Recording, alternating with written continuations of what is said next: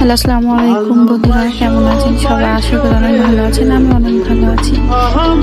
আজকে আমি রান্না করেছি যা সবকিছু আপনার সাথে শেয়ার করবো।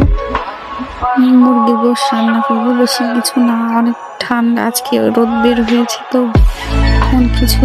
আমি ছোট ইউজার বলে আপনারা কেউ আমাকে সাপোর্ট করেন না। আমার ভিডিওটি ভালো হয় না, আপনাদের কাছে যায় না। আমি শুনেছি যে ছোট থেকে বড় হয় মানুষ সবাই সবার পাশে থাকে, কিন্তু আমার পাশে কেউ নাই।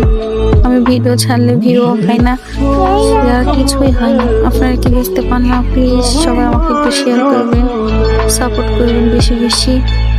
আশা করি আপনাদের জন্য তো ভালো ভিডিও আমি উপহার দিব। বেশি বেশি করে কমেন্ট করবেন।